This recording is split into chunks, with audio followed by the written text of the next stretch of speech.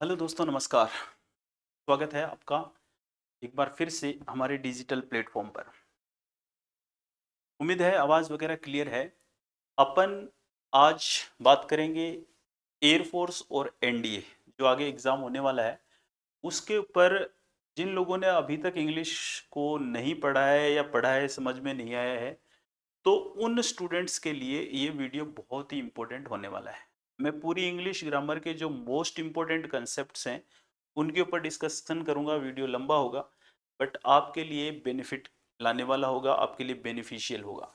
तो वीडियो को देखना भी है। और अपने वो साथी जो एयरफोर्स या एनडीए का एग्ज़ाम देंगे, एनडीए का अप्रैल में एग्ज़ाम है और फिर एयरफोर्स का अभी मार्च में ही एग्ज़ाम है। तो जो स्टूडेंट्स एनडीए एयरफोर्स की तैयारी कर रहे हैं, वैसे तो ये सभी कम्पिटिटिव एग्ज़ाम के लिए इम्पोर्टेंट रहेगा वीडियो। इसमें मैंने जैसा कि आपको बताया कि इंग्लिश ग्रामर होगी, मोस्ट इम्पोर्टेंट कंसेप्ट्स जो हैं उन सभी मोस्ट इम्पोर्टेंट कंसेप्ट्स को अपन यहाँ पर कवर करने वाले हैं। तो जुड़ना है वीडियो के साथ और स्टार्ट करते हैं आज के ये वाली क्लास, जहाँ पर अपन इंग्लिश ग्रामर से रिलेटेड मोस्ट इम्पोर्टेंट कॉन्सेप्ट्स को देखेंगे। चलिए डियर स्टूडेंट्स, स्टार्ट करते हैं कुछ कॉन्सेप्ट्स। और इसमें जो सबसे पहला हमारा कॉन्सेप्ट्स होगा, सबसे पहला कॉन्सेप्ट है हमारे, छोटे छोटे कॉन्सेप्ट्स को हम पहले लिखेंगे। तो सबसे पहला जो हमारा कॉन्सेप्ट है वो है सेल्डम। सेल्डम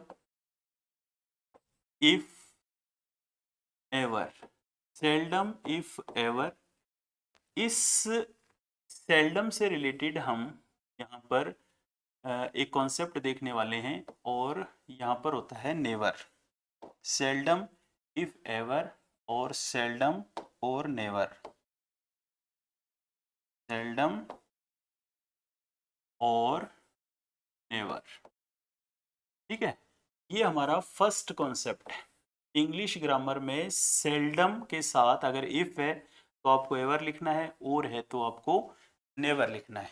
ये हमारा फर्स्ट कंसेप्ट आपको ध्यान में रखना है। अब इससे एग्जाम में क्वेश्चन कैसे आते हैं तो यहाँ पर देखेंगे इसको कैसे क्वेश्चन पूछा जाता है। जैसे मान लो बच्चों, यहाँ पर क्वेश्चन ये पूछा गया कि यू शेल्डम। क्वेश्चन क्या है? You seldom, you seldom if never, never teach us this topic, this topic. मान लो ये अपना सेंटेंस है और ये है नो एरर। एन ई लिखा मैंने, इससे आप समझ जाओ कि ये नो एरर है। अब ये सेंटेंस का ए पार्ट है, ये सेंटेंस का हमारा बी पार्ट है, ये सेंटेंस का हमारा सी पार्ट है और ये हमारा डी पार्ट है। अब इस सेंटेंस में देखो सेल्डम के साथ क्या आ रहा है? सेल्डम के साथ इफ आ रहा है। और जब सेल्डम के साथ इफ आता है तो सेल्डम के साथ एवर होना चाहिए, नेवर नहीं होना चाहिए। ये मिस्टेक यहाँ पर आपको ध्यान में रखनी है। तो इस सेंटेंस के बी पार्ट में एरर हुआ, इस तरह से ये हमारा आंसर होगा। उसके बाद देखिए क्वेश्चन नंबर 2। क्वेश्चन नंबर 2 क्या है कि जैसे she seldom, she seldom, she seldom और एवर, शी सेल्डम और ever plays, plays games, plays games, और ये है नो एरर। अब देखिए ये सेंटेंस का है हमारा ए पार्ट, ये सेंटेंस का है हमारा बी पार्ट, ये है हमारा सेंटेंस का सी पार्ट, ये है हमारा सेंटेंस का डी पार्ट। अब देखो इस सेंटेंस में यहाँ पर सेल्डम है और सेल्डम के साथ आ रहा है और जब सेल्डम के साथ और आता है तो फिर यहाँ पर क्या होना चाहिए था? नेवर होना चाहिए था। तो यहाँ पर अब ये गलती है कि सेल्डम के साथ जब और आएगा तो नेवर होना चाहिए, सेल्डम के साथ इफ होता है तो फिर एवर होना चाहिए। ठीक है, यहाँ पर ये मिस्टेक है। अब सेल्डम के संबंध में एक रूल और भी आपको समझना चाहिए कि अगर सेल्डम से सेंटेंस क्या होता है? स्टार्ट होता है। अगर सेल्डम से सेंटेंस स्टार्ट होता है या हिंदी में मैं बोलूँ शुरू होता है, अगर सेल्डम से ही सेंटेंस शुरू हो रहा है तो डियर स्टूडेंट्स आपको सेल्डम के बाद इन्वर्जन का यूज करना चाहिए। आपको क्या यूज करना चाहिए? सेल्डम के बाद आपको इन्वर्जन का यूज करना चाहिए। और इन्वर्जन क्या होता है? इन्वर्जन का अर्थ होता है कि पहले आपको हेल्पिंग वर्ब लगानी है और उसके बाद आपको यहाँ पर सब्जेक्ट लगाना है। पहले इन्वर्जन और बाद में सब्जेक्ट लगाना है, इसको अपन इन्वर्जन कहते हैं। तो सेल्डम से जब भी सेंटेंस स्टार्ट होगा तो फिर आपको इन्वर्जन करना जरूरी होता है। जैसे देखिए यहाँ पर मैं एक सेंटेंस से आपको क्लियर कर देता हूँ ये वाली बात, कि अगर ये सेंटेंस ऐसा होता, सेल्डम, ये सेंटेंस ऐसे होता, seldom he had, seldom he had met me in the market, in the market, ये वाला सेंटेंस है। अब देखो इस सेंटेंस में मान लो एरर का ही क्वेश्चन होता, तो ये सेंटेंस का हमारा ए पार्ट है और ये सेंटेंस का हमारा बी पार्ट है और ये सेंटेंस का हमारा सी पार्ट है। अब देखो ये डी पार्ट है। अब ये सेंटेंस किससे शुरू हुआ है, हमारा सेल्डम से शुरू हुआ है। तो सेल्डम से शुरू हुआ है तो इन्वर्जन होना चाहिए। इसका मतलब यहाँ पर हैड ही होना चाहिए था, ही हैड नहीं होगा। पहले हेल्पिंग वर्ब और बाद में सब्जेक्ट होना चाहिए। पहले हेल्पिंग वर्ब और बाद में सब्जेक्ट होगा, इसी को अपन इन्वर्जन कहते हैं। तो यहाँ पर इन्वर्जन की गलती है, यहाँ पर ए पार्ट में गलती है। तो इस पूरे कॉन्सेप्ट को आप ऐसे समझिए कि सेल्डम के साथ अगर सेंटेंस शुरू नहीं हो रहा है, सेल्डम के आगे कोई सब्जेक्ट है, तो आप सेल्डम इफ एवर का यूज करें और सेल्डम और नेवर का यूज करें। यानी कि सेंटेंस के सबसे पहले अगर कोई सब्जेक्ट है तो सेल्डम के साथ इफ होगा तो एवर आएगा, और होगा तो नेवर आएगा। और अगर कोई सेंटेंस सेल्डम से ही शुरू हो रहा है तो ऐसी कंडीशन में अपन को यहाँ पर इन्वर्जन का यूज करना चाहिए।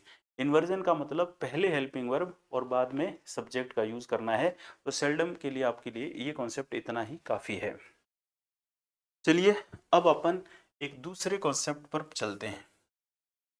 हमारा सेकंड कॉन्सेप्ट जिससे अक्सर क्वेश्चन पूछा जाता है कि हम कंजक्शन में पढ़ते हैं एक वर्ड बोथ, और बोथ के साथ पेयर बनाता है एंड। बोथ के साथ पेयर कौन बनाता है, एंड। लेकिन जब एग्जाम में इससे रिलेटेड क्वेश्चन आता है तो इसमें बहुत सारी मिस्टेक्स होती हैं, एरर पूछने के अनेक तरीके होते हैं। जैसे ये क्वेश्चन आ गया कि बोथ, क्वेश्चन क्या है कि बोथ बोथ राजू, क्वेश्चन क्या है, both Raju and Ramu, both Raju and Ramu are good boys, are good boys, ये सेंटेंस है। और इस सेंटेंस में यहाँ पर सेंटेंस का ए पार्ट है, ये सेंटेंस का बी पार्ट है, ये सेंटेंस का सी पार्ट है और ये सेंटेंस का डी पार्ट है, इस तरह से। और दूसरा क्वेश्चन हमारा क्या है, दूसरा क्वेश्चन ये है कि बोथ बोथ राजू, क्वेश्चन क्या है, both Raju as well as well as Ramu, Ramu are good boys, are good boys, ये सेंटेंस ऐसा है और ये है इसमें एरर। अब ये सेंटेंस का है हमारा ए पार्ट, ये सेंटेंस का है हमारा बी पार्ट, ये है हमारा सेंटेंस का सी पार्ट और ये है हमारा सेंटेंस का डी पार्ट। उसके बाद देखिए क्वेश्चन नंबर 3 लिखते हैं इसमें अपन। अगर अपन इसमें ऐसे बोलें कि both both Raju, both Raju और रामू, बोथ राजू और Ramu are good boys, are good boys, अगर ये वाला सेंटेंस है तो इसमें ये सेंटेंस का हमारा ए पार्ट है, ये सेंटेंस का हमारा बी पार्ट है, ये हमारा सेंटेंस का सी पार्ट है और ये डी। अब देखो इन तीनों सेंटेंसेस में एरर कहाँ है, एरर कैसे पता चलेगी। अपन को पता है कि बोथ के साथ पेयर कौन बनाता है, एंड बनाता है। तो इस सेंटेंस में बोथ के साथ एंड पेयर बना रहा है, इसलिए इस सेंटेंस में तो कोई एरर नहीं है। लेकिन यहाँ पर बोथ के साथ एरर है क्योंकि बोथ के साथ एज वेल एज का पेयर नहीं बनता है। यहाँ पर बोथ के साथ क्या होना चाहिए था, एंड होना चाहिए था। यहाँ पर बोथ के साथ फिर गलती है कि यहाँ पर और पेयर बनाना है, जबकि यहाँ पर भी क्या होना चाहिए था, एंड होना चाहिए था। तो यहाँ पर भी मिस्टेक है, ये बी पार्ट में मिस्टेक है, इसके भी बी पार्ट में मिस्टेक है। तो आपको ये याद रखना है कि किसी भी सेंटेंस में बोथ के साथ जो पेयर बनेगा वो किसका बनेगा, बोथ के साथ पेयर जो बनेगा वो एंड का बनेगा। इसके अलावा एग्जाम में जब भी क्वेश्चन आता है ना तो एज वेल एज और का जो है और देकर इस सेंटेंस में एरर पैदा की जाती है, तो आपको इससे बचना है। चलिए तीसरे कॉन्सेप्ट की बात करते हैं। तीसरा कॉन्सेप्ट क्या है हमारा? तीसरा कॉन्सेप्ट लेस्ट से क्वेश्चन पूछा जाता है। लेस्ट, ठीक है। और लेस्ट का हिंदी मीनिंग क्या होता है? लेस्ट का हिंदी मीनिंग होता है कहीं ऐसा ना हो कि। क्या मीनिंग होता है?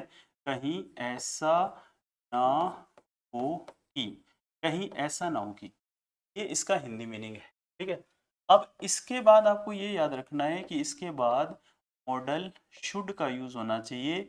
और एक तीसरी बात ये कि it is a negative word, it is a negative word. ये कैसा वर्ड होता है? ये एक नेगेटिव वर्ड होता है। अगर ये नेगेटिव वर्ड है डियर स्टूडेंट्स, तो फिर इसके बाद नेगेटिव वर्ड नहीं आना चाहिए, क्योंकि ये खुद ही नेगेटिव वर्ड है। तो अपन कह सकते हैं कि lest itself is a negative word, so we can not use any negative word after lest. तो लिस्ट खुद ही नेगेटिव वर्ड है, तो इसके बाद किसी नेगेटिव वर्ड को लिखने की आवश्यकता नहीं होती है, ठीक है। इस चीज का ध्यान रखेंगे, ये तीन बातें याद रखो तो लिस्ट आपका सही हो जाएगा। जैसे क्वेश्चन ये है कि वर्क हार्ड, क्वेश्चन क्या है? वर्क हार्ड, कड़ी मेहनत करो। List you should not, you should not fail in this exam, fail in this exam. कड़ी मेहनत करो, कहीं ऐसा ना हो कि तुम इस एग्जाम में फेल हो जाओ। तो यहाँ पर ये इसका ए पार्ट है, ये सेंटेंस का बी पार्ट है, और ये सेंटेंस का सी पार्ट है और डी।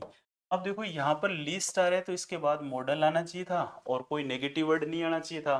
मॉडल शुड आ गया है और इसके बाद नेगेटिव वर्ड नहीं है, जब तक तो ये सेंटेंस सही है। अगर ये सेंटेंस ऐसे होता, क्वेश्चन नंबर 2 से समझिए आप, अगर अपन ऐसे कहते हैं मेक हैश का अर्थ क्या होता है? जल्दी करो। Make hash list you you should not, you should not miss your train, you should not miss your train, you should not miss your train. अगर अपन ऐसे लिखेंगे तो ये सेंटेंस का ए पार्ट होगा, ये सेंटेंस का बी पार्ट होगा, और ये सेंटेंस का सी पार्ट होगा, और ये डी। अब देखो यहाँ पर लिस्ट तो ठीक है, लेकिन इसके बाद आप नेगेटिव वर्ड को यूज नहीं कर सकते, क्योंकि लिस्ट जो होता है ना वो खुद ही नेगेटिव वर्ड होता है, इसलिए इसके साथ कोई नेगेटिव वर्ड नहीं आना चाहिए। ऐसे ही एक फोर्थ कॉन्सेप्ट को देखें आप फोर्थ कॉन्सेप्ट कौन सा है? Concept number 4। तो मैं आपको डियर स्टूडेंट लगभग 50 ऐसे कॉन्सेप्ट्स बताऊंगा, जिससे पूरी इंग्लिश ग्रामर आपकी कवर हो जाएगी। आपका ये कह लो कि पास होने का जुगाड़ हो जाएगा, आप पास हो जाओगे, इंग्लिश में फेल नहीं होगे। अगर अपन ये 50 एक कॉन्सेप्ट देख लेते हैं, जो कि मेन एग्जाम, हर एग्जाम में लगभग यही कॉन्सेप्ट पूछे जाते हैं, यही मेन कॉन्सेप्ट होते हैं। तो चलिए स्टार्ट करते हैं फोर्थ कॉन्सेप्ट, और ये कॉन्सेप्ट है अनटिल और अनलेस से। अनटिल और एक होता है इसमें अनलेस। अनटिल का अर्थ होता है टिल नोट, इसको क्या बोलते हैं अपन? Till note. हिंदी में क्या बोलते हैं इसको? हिंदी में अपन बोलते हैं जब तक नहीं, हिंदी में इसको अपन बोलते हैं जब तक नहीं। और अनलेस का अर्थ क्या होता है? अनलेस का अर्थ होता है इफ नोट। इफ नोट का हिंदी मीनिंग क्या होता है? यदि नहीं। इफ नोट का हिंदी मीनिंग क्या होगा? यदि नहीं। अब देखो डियर स्टूडेंट्स, ये दोनों ही जो है ना नेगेटिव वर्ड्स हैं, इसलिए no negative words, no negative word. इन दोनों के बाद में कोई भी नेगेटिव वर्ड का यूज नहीं किया ना जाना चाहिए, क्योंकि ये खुद ही नेगेटिव वर्ड हैं, इसलिए आप इनके आगे नेगेटिव वर्ड को यूज नहीं कर सकते। क्यों नहीं कर सकते? क्योंकि ये खुद ही नेगेटिव वर्ड होते हैं। तो अपन इसके ऊपर एग्जाम्पल से इस चीज को भी क्लियर कर लेते हैं। जैसे क्वेश्चन ये है कि यू शुड, क्वेश्चन क्या है? You should wait here, you should wait here, we should, you should wait here until I did not come, I did not come. ये है you should wait here until I did not come। तो यहाँ पर देखो ये sentence का ए part रहा, ये सेंटेंस का हमारा बी पार्ट रहा, ये सेंटेंस का हमारा सी पार्ट रहा और ये डी पार्ट रहा। अब इस सेंटेंस में यहाँ पर हमारे पास until है, तो हम इसके बाद नेगेटिव वर्ड का यूज नहीं करेंगे। तो इस डिड नॉट को हटाएंगे तो हमारा सेंटेंस सही हो जाएगा। ये बन जाएगा you should wait here until I come. तो इस सेंटेंस के सी पार्ट में एरर है।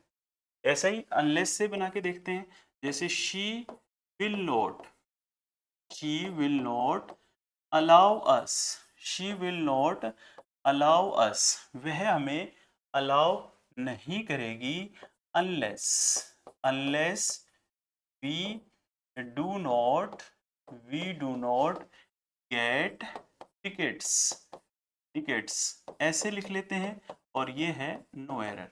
अब देखो इस सेंटेंस में कहाँ पर क्या एरर है, आप सेंटेंस को पढ़कर देख लेंगे तो आपको पता चल जाएगा। आप रूल के हिसाब से चलिए कि आपने देखा कि यहाँ पर अनलेस है और अनलेस के बाद नेगेटिव वर्ड नहीं आना चाहिए, तो ये नेगेटिव वर्ड यहाँ पर नहीं है। हाँ पहले आ सकता है, इससे कोई फर्क नहीं पड़ेगा, पहले सही है, लेकिन अनटिल और अनलेस के दोनों के बाद कोई भी नेगेटिव वर्ड आ गया तो ऐसे सेंटेंस में एरर मानी जाएगी।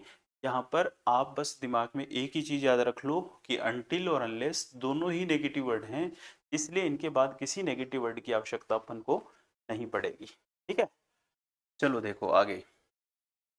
अब इसी से मिलता हुआ एक रूल जो पांचवा कॉन्सेप्ट है, मैं उसको यहाँ डिस्कशन करूंगा कि अगर किसी सेंटेंस में टिल आ जाता है या सेंटेंस में आ जाता है बाय और इसके बाद यहाँ पर कोई फ्यूचर का टाइम दिया गया हो, फ्यूचर का टाइम ये दिया गया हो, तो ऐसे सेंटेंस में आप यहाँ पर फ्यूचर परफेक्ट टेंस का यूज करेंगे। मतलब आपको विल हैव या फिर शैल हैव प्लस वर्ब की थर्ड फॉर्म, इसके साथ भी प्लस वर्ब की थर्ड फॉर्म। अगर किसी भी सेंटेंस में टिल या बाय आ जाए और उसके बाद कोई फ्यूचर का टाइम दिया गया हो तो आप विल हैव प्लस वर्ब की थर्ड फॉर्म या शैल हैव प्लस वर्ब की थर्ड फॉर्म का करेंगे। तो यहाँ पर देखो इसको एक एग्जांपल से फिल इन द ब्लैंक्स का मैं आपको एक क्वेश्चन बनाऊं कि ही स्पेस रिटर्न, एक फिल इन द ब्लैंक्स का क्वेश्चन है। He return my books, he return my books और till next month, till next month, जैसे ये है। अब अपने पास ऑप्शन है, अपने पास ऑप्शन ये है, पहला ऑप्शन कि विल रिटर्न, पहला ऑप्शन क्या है विल रिटर्न, दूसरा ऑप्शन क्या है will have returned, will have returned, और अपने पास तीसरा ऑप्शन क्या है, तीसरा ऑप्शन है अपने पास कि विल बी या बी रिटर्निंग, इसको अपन ऐसे लिख देते हैं बी रिटर्निंग, और या फिर फोर्थ ऑप्शन लिखते हैं will be returning, will be returning, इस तरह से। ठीक है, अब ये चार ऑप्शन है अपने पास।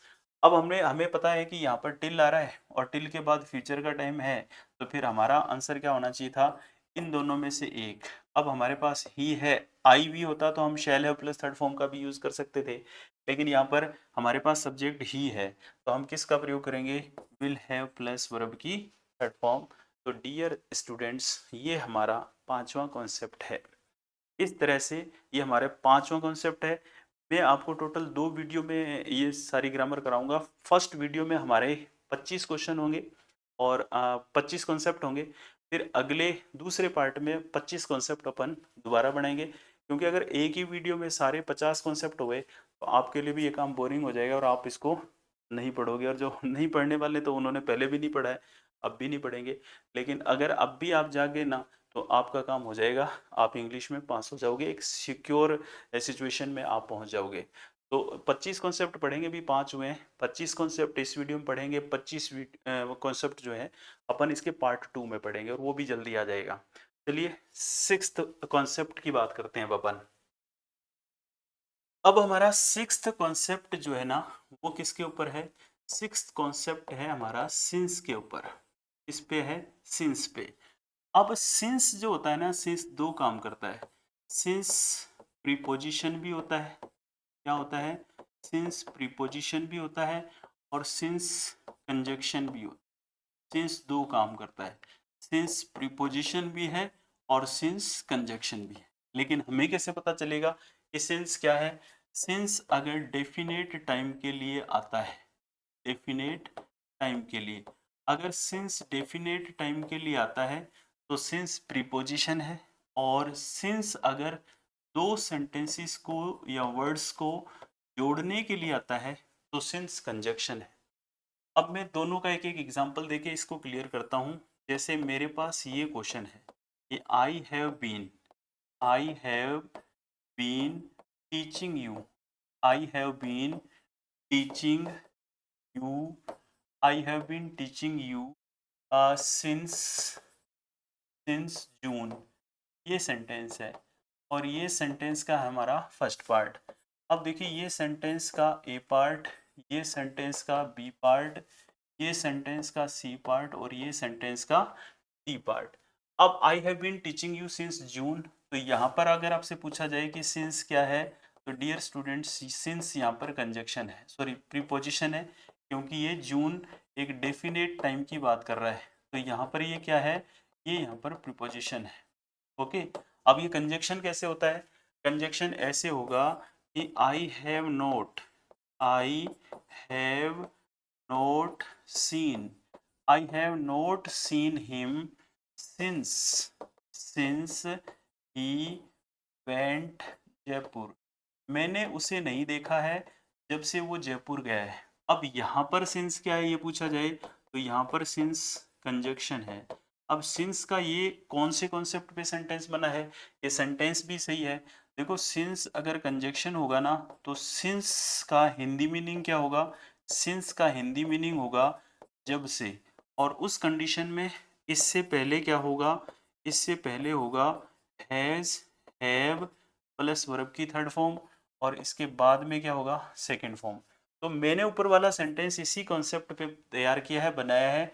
ये मेरे पास सिंस है, इससे पहले मेरे पास है हैव प्लस थर्ड फॉर्म, और इसके बाद मेरे पास क्या है, वर्ब की सेकंड फॉर्म। तो यहाँ पर सिंस कंजक्शन है, ऊपर वाले सेंटेंस में सिंस प्रीपोजिशन है। डेफिनेट टाइम के लिए सिंस आएगा तो वो प्रीपोजिशन माना जाएगा, और अगर दो सेंटेंसेस को जोड़ने के लिए आएगा तो फिर वो कंजक्शन माना जाएगा। लेकिन इसका एक तीसरा सेंटेंस भी होता है, उसको मैं यहाँ पर डिस्कशन करूंगा इसका, कि अगर इसी का रूल नंबर 6 ही है ये, 7th नहीं है, कॉन्सेप्ट नंबर 6 में ही, अगर इट वॉज से कोई सेंटेंस शुरू हो रहा है और वहां पर आपके पास टाइम भी दिया गया है और वहां पर आपको अगो दिया गया है, तो ऐसे सेंटेंस में आपको सिंस नहीं लगाना है। ऐसे सेंटेंस में क्या लगाना है फिर, ऐसे सेंटेंस में आपको दैट लगाना है। इसको मैं ऐसे एग्जांपल से बता दूं तो ये ऐसे बनेगा कि it was 2 days, it was 2 days ago since he met me, since he met me, ऐसे लिख रहे हैं अपन। तो ये सेंटेंस का है हमारा ए पार्ट, ये सेंटेंस का है हमारा बी पार्ट, ये है सेंटेंस सी और ये है सेंटेंस डी, इस तरह से। अब देखो यहाँ पर इट वॉज से सेंटेंस शुरू हो रहा है और यहाँ पर अगो टाइम भी दे रखा है, 2 days अगो दे रखा है, तो फिर आपको सिंस का यूज नहीं करना है, ऐसे सेंटेंस में आपको दैट का यूज करना है। तो ये यहाँ पर मिस्टेक है, ये सिंस का 6th रूल है अपना। अब अपन अगले कॉन्सेप्ट पे बढ़ेंगे और अगला कॉन्सेप्ट है हमारा concept number 7। Concept number 7 it is से शुरू हुआ, या मैं कह दूं कि इट से शुरू होगा। ये एक बहुत ही शानदार कॉन्सेप्ट है। इट से रिलेटेड जितनी भी क्यूरीज हैं आपकी, इट से रिलेटेड जितने भी डाउट्स हैं आपके, वो सारे यहाँ पर क्लियर होने वाले हैं। तो इट जो है, यहाँ पर इट की बात करूँ मैं, तो एक तो हम इट ऐसे लिखते हैं, इट्स, इसको अपन शॉर्ट में तो इट्स लिखते हैं, वैसे ये इट इज होता है। तो इसको अपन क्या बोलेंगे, ये होता है डियर स्टूडेंट्स प्रोनाउन, इसको प्रोनाउन कहते हैं। लेकिन कभी कभी इट्स ऐसे भी होता है, और ये इट्स क्या होता है, ये इट्स एडजेक्टिव होता है, ठीक है। तो एक बात ये, एक बात ये, और कभी कभी सेंटेंस में इट इज या इट वॉज भी लिखा होता है, इट इज और इट वॉज। तो यहाँ पर जो है इसके बाद हमेशा नॉमिनेटिव केस, कौन सा केस होना चाहिए, नॉमिनेटिव केस। इसको नॉमिनेटिव केस बोल दो, चाहे इसको सब्जेक्टिव केस बोल दो। क्या बोल दो, सब्जेक्टिव केस। नॉमिनेटिव केस या सब्जेक्टिव केस आना चाहिए। अब कई स्टूडेंट्स को पता ही नहीं कि सब्जेक्टिव केस क्या होता है। तो आई हो सकता है, बी हो सकता है, यू हो सकता है, शी हो सकता है, ठीक है, दे हो सकता है, ये हो सकते हैं, ही हो सकता है। ये सब सब्जेक्टिव केस होते हैं, या फिर किसी का नाम भी हो सकता है। ये सब सब्जेक्टिव केस होते हैं। तो इट इज और इट वॉज के बाद कोई सब्जेक्टिव केस होना चाहिए। और एक रूल हमारा ये है कि अगर it is time, it is time लिखा है तो उसके बाद अगर कोई सब्जेक्ट है तो उस सब्जेक्ट के बाद सेकंड फॉर्म होनी चाहिए। और एक रूल हमारा ये है कि अगर इट इज टाइम है, इट इज टाइम, और उसके बाद सब्जेक्ट नहीं है, तो फिर आप टू प्लस वर्ब की फर्स्ट फॉर्म भी लिख सकते हो। और एक रूल हमारा ये है कि it is no good, it is no good हो या इट इज नो यूज हो, इट इज नो यूज, ऐसा कुछ हो तो आप इसके बाद जीरेंड लगाएं। इट मीन्स वर्ब की फर्स्ट फॉर्म आईएनजी का प्रयोग यहाँ पर आप करें। अब देखो इन सभी कॉन्सेप्ट्स पर अपन कुछ क्वेश्चन बनाते हैं। सबसे पहले तो अगर मैं कह दूं कि इट इज माइन, यह मेरा है। अब ये इट क्या है पूछा जाए तो ये प्रोनाउन है। और अगर अपन कहते हैं इट्स कैप, इट्स कैप, अब कैप क्या होती है, नाउन, तो इट्स क्या होगा, एडजेक्टिव होगा। और इट इज या इट वॉज के बाद नॉमिनेटिव केस आना चाहिए। तो अगर अपन ऐसे लिखें it was me, it was me, it was me, it was me who helped you, who helped you, ये सेंटेंस है। तो इट वॉज के बाद मी नहीं आ सकता क्योंकि मी तो ऑब्जेक्टिव केस है, अपन को चाहिए यहाँ पर सब्जेक्टिव केस। तो इट वॉज आई होना चाहिए। और इट इज टाइम के बाद सब्जेक्ट है तो सेकंड फॉर्म लगाओ। जैसे अपन ऐसे लिखते हैं it is, it is time, it is time you call, you call them, ये सेंटेंस है। तो इट इज टाइम है और यहाँ पर यू है, तो आप यहाँ पर क्या यूज करोगे, आप यहाँ पर करोगे called. It is time to called them, क्योंकि इट इज टाइम के बाद सब्जेक्ट होता है तो आपको वर्ब की सेकंड फॉर्म लगानी है। और अगर सब्जेक्ट नहीं है तो फिर टू प्लस फर्स्ट फॉर्म लगाओ। जैसे it is time, it is time to call them, आप इसको ऐसे भी लिख सकते हो। तो यहाँ पर देखो आपने टू प्लस फर्स्ट फॉर्म लिखा है। उसके बाद it is no good, it is no use होता है तो वर्ब की फर्स्ट फॉर्म आईएनजी का यूज करना है। तो अपन कहते हैं it is no good, it is no good waste your time, it is no good waste your time. तो यहाँ पर वेस्ट नहीं होगा क्योंकि यहाँ पर जीरेंड यानी कि वर्ब की फर्स्ट फॉर्म आईएनजी का यूज होना चाहिए। तो यहाँ पर अपन क्या लिखेंगे, it is no good wasting your time, it is no good wasting your time. तो डियर फ्रेंड्स, ये है अपना रूल नंबर 7। ये क्या रहेगा, रूल नंबर 7। रूल नंबर 8 देखो, कॉन्सेप्ट नंबर 8 बोल दो चाहे आप, कॉन्सेप्ट नंबर 8। कॉन्सेप्ट नंबर 8 है कि इसमें एक होता है सो दैट, सो दैट भी होता है और इन ऑर्डर दैट भी होता है। सो दैट बोल दो चाहे इन ऑर्डर दैट बोल दो, ठीक है। अब सो दैट या इन ऑर्डर दैट से पहले आपको ये देखना है कि वर्ब की फर्स्ट फॉर्म है या वर्ब की first form S C S. तो आपको क्या करना है, इसके बाद वे का यूज करना है। और अगर इससे पहले आ गई वर्ब की सेकंड फॉर्म तो फिर आप किसका यूज करेंगे, आप यूज करेंगे माइट का। इसके बाद माइट का यूज करेंगे, बस ये दो चीजें याद रखो। तो अपन एक क्वेश्चन बनाते हैं कि क्वेश्चन ये है कि ही केम, he came here, he came here so that, so that he may teach us, he may teach us. अब देखो इस सेंटेंस में सो दैट आ रहा है, सो दैट से पहले क्या आ रहा है, वर्ब की सेकंड फॉर्म, तो यहाँ पर क्या होना चाहिए था, यहाँ पर होना चाहिए था माइट, यहाँ पर क्या होगा, माइट होगा। ऐसे ही देखो दूसरा सेंटेंस ये है कि ही कम्स हियर, अब मैंने इसको सिंपल प्रेजेंट टेंस में लिखा है, he comes here, he comes here so that he can he can teach us, he can teach us, ऐसे लिखेंगे। तो आप देखो so that से पहले क्या आ रहा है, comes, वर्ब की फर्स्ट फॉर्म आ रही है ना, तो यहाँ पर क्या होना चाहिए था, यहाँ पर होना चाहिए था be। ये है हमारा कॉन्सेप्ट नंबर 8। चलिए कॉन्सेप्ट नंबर 9, कॉन्सेप्ट नंबर 9 की बात कर लेते हैं। कॉन्सेप्ट नंबर 9 जो है वो है इफ से रिलेटेड। कॉन्सेप्ट नंबर 9 इफ से रिलेटेड है, और इफ का हिंदी मीनिंग क्या होता है, इफ का हिंदी मीनिंग होता है यदि, और ये जो होता है इमेजिनेशन के लिए यूज होता है, किसके लिए यूज होता है, इमेजिनेशन के लिए यूज होता है, कल्पना के लिए। इसके बाद सब्जेक्ट चाहे कोई भी हो, लेकिन आपको वर लगाना है। और कभी कभी इफ के बदले आई विश ऐसे भी लिखा होता है, और कभी कभी ऐसे भी लिखा होता है सपोज, ये भी लिखा होता है। चाहे ये हो चाहे ये हो चाहे इफ हो, आपको सब्जेक्ट कोई भी दिखे, लेकिन आप वर्ब क्या लगाओगे, वर लगाओगे। तो यहाँ पर क्वेश्चन करके देखते हैं इसका भी।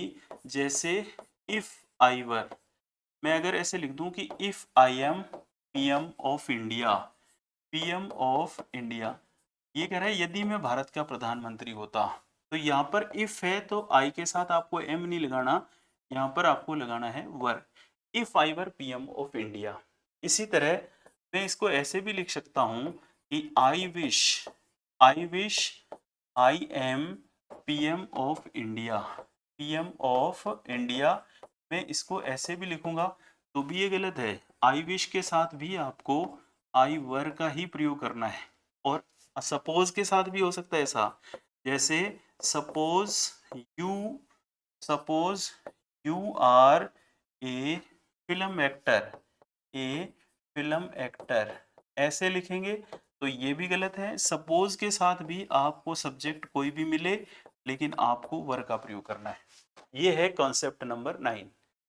चलो देखो कॉन्सेप्ट नंबर 10, कॉन्सेप्ट नंबर 10 कौन सा है, कॉन्सेप्ट नंबर 10 है जी एज इफ। कौन सा, एज इफ।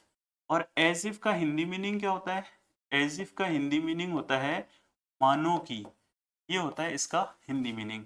अब इससे पहले वर्ब की फर्स्ट फॉर्म या वर्ब की first form S C S है, तो आप इसके बाद क्या लगाओ, इफ की तरह वर लगाओ, और सेकंड फॉर्म भी लगा सकते हो, वैसे तो वर्ब भी सेकंड फॉर्म ही है। और अगर इससे पहले वर्ब की सेकंड फॉर्म है, तो फिर आप इसके साथ हैड बीन का प्रयोग करो।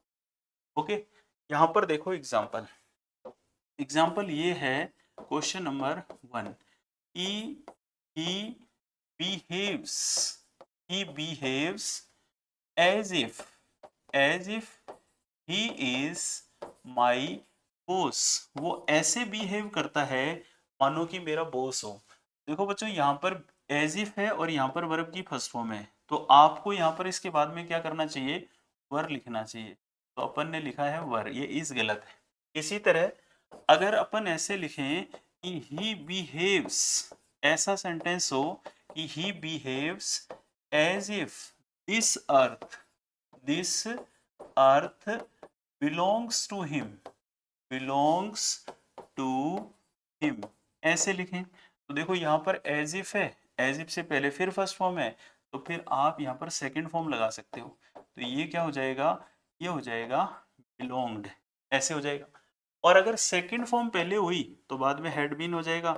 जैसे ही बिहेव्ड, आप इसको सेकंड फॉर्म बना दो, he behaved as if he is my boss.